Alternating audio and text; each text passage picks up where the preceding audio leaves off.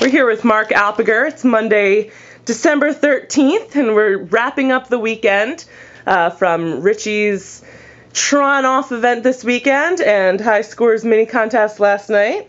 And we're going to ask him a couple questions about classic gaming. So, the first of which, Mr. Alpiger, how do you see the future of classic gaming? Do you see like a quick resurgence and then then they become obsolete? I mean, the question is... Well, as long as things are funneled through me in classic arcade gaming, I see the sky's the limit. All right. Well, basically... obviously these games from the 80s keep getting older, right. So how do you kind of... I don't think the parts issues are a big deal. A lot of people are mentioning that. Hey, monitors are going out. Parts are going to become more scarce. Well, of course they are, but as anything, demand feeds basic needs of people. If people want parts, if people want drugs, if people want anything illegal, they'll get it. Somebody will step in to do remanufacturing, redo the artwork. That has been happening the last 5 years. So I don't see a problem on the parts end of things. The monitors, we'll put in LCDs if we have to. I could even see somebody getting a tube factory going again, including the Vector. So I see that. Now, as far as the general question, forget the mechanical machines, because you're kind of more asking, can this hobby keep going and keep building, or at least stay at the same level with some of the competing things that are out there, such as the consoles? Some of the youngsters who, as it were, don't know better, all they see is the console because it's 20 feet away downstairs. Right. They don't want to make the effort, or they can't make the effort, even if they do want to go 5, 10, 20, 30, 100 miles to a real arcade, pan around and show them what real stuff is. And it's not that, this rocks big, bad, and bold necessarily, but this is the foundation for everything you have on your console. And these games emphasize quality of play, not quality of graphics. Who gives a fuck about the graphics if the gameplay is a piece of shit? And to these idiot manufacturing fool fucks who spend $10 million developing a game, you're goddamn idiots. A team of 2 can outthink you in circles if they're brains from the 80s. It's what I said in the King of Kong extended interview, the suits and their low brain power. You got these big companies and they're thinking bigger, better, badder, looks. You're idiots. Fortunately for them, though, Megan, and I'll wrap up with this on the question, they get away with their idiocy because, to be honest, the people they're feeding this stuff to, I was going to say they're idiots. They're not really idiots. It's just they haven't investigated the quality. So what I say is, if you're out there watching and ready to punch me, instead of doing that, punch your computer keys, go to an online store and buy some retro game packs for the PS2, the Xbox, go to Xbox Live Arcade, etc. Play some of these older games. Don't play Pac-Man, it's a piece of shit, okay? Some people argue with that. Yeah, that's true, but it's the same boring screens over and over. Play games, I'd say from 82 through 86, that's the sweet spot. So again, I got off topic to wrap up. I see with people like you, High Scores Arcade, Richie Knuckles Arcade in Flemington, you're in Burlington, he's in Flemington. Of course, there are events once a year, California Extreme. There's a year-round arcade, the biggest in the world with classics, fun spot in Weirs Beach, New Hampshire. With all of that and some of the locations nearby, people all around the country, just get your Yellow Pages, amusement places. Look up there and see if you can find some real ones. Not Dave & Buster's is a piece of shit. Don't go there. Fuck you, Dave & Buster's. All they have is excess. Let's get these are the opinions of Mark Alpiger and link them up, and they're $10,000 each, and we'll let the little mindless kids come and put their quarters in. Well, they don't even do that, and I'll stop after this, my rant. They rape you on the cards. Okay, it's not even a quarter, it's not 50 cents, it's at least 80 cents. You didn't see me do this. Well, I see it now. Yes. So, question 2, I apologize, Megan. I went 5 minutes on this one, didn't I? 4 minutes, 43 seconds. Right.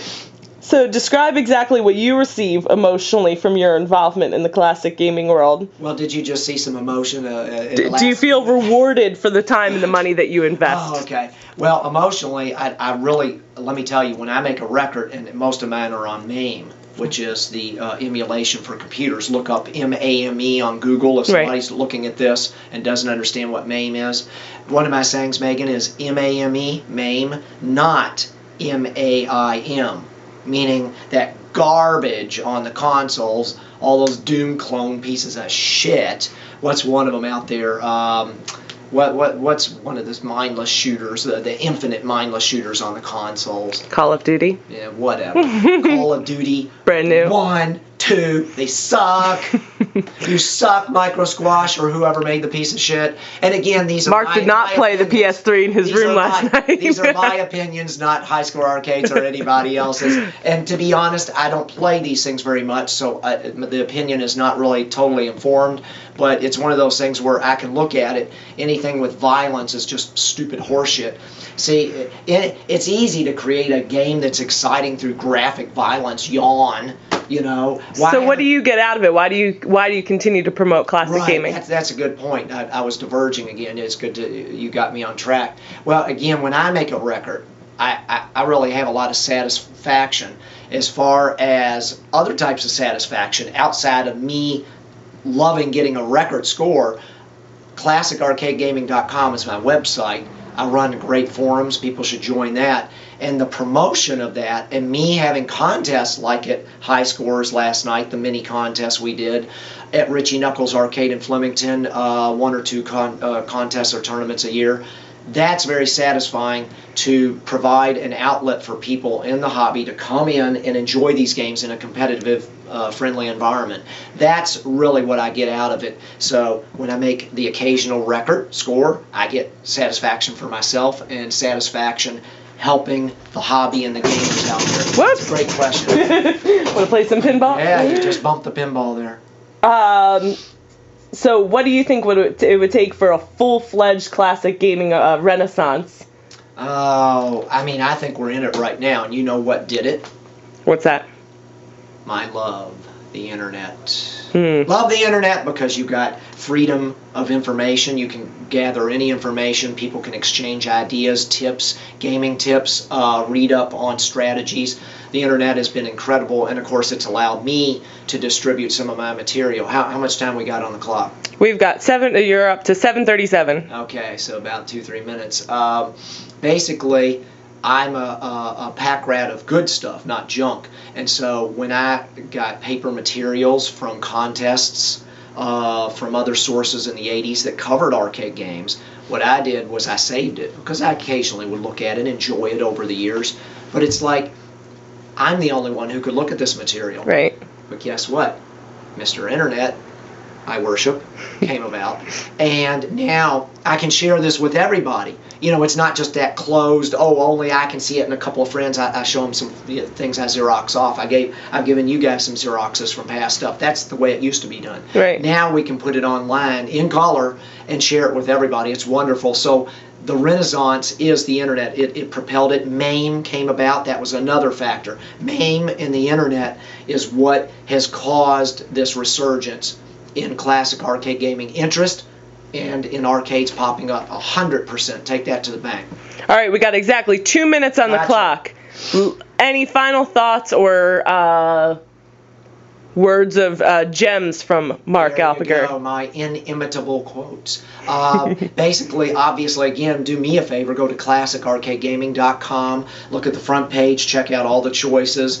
There's a little tweaking still needs to go on the website. The forums are perfectly finalized, though. Check out the forums. Check out the rest of the website.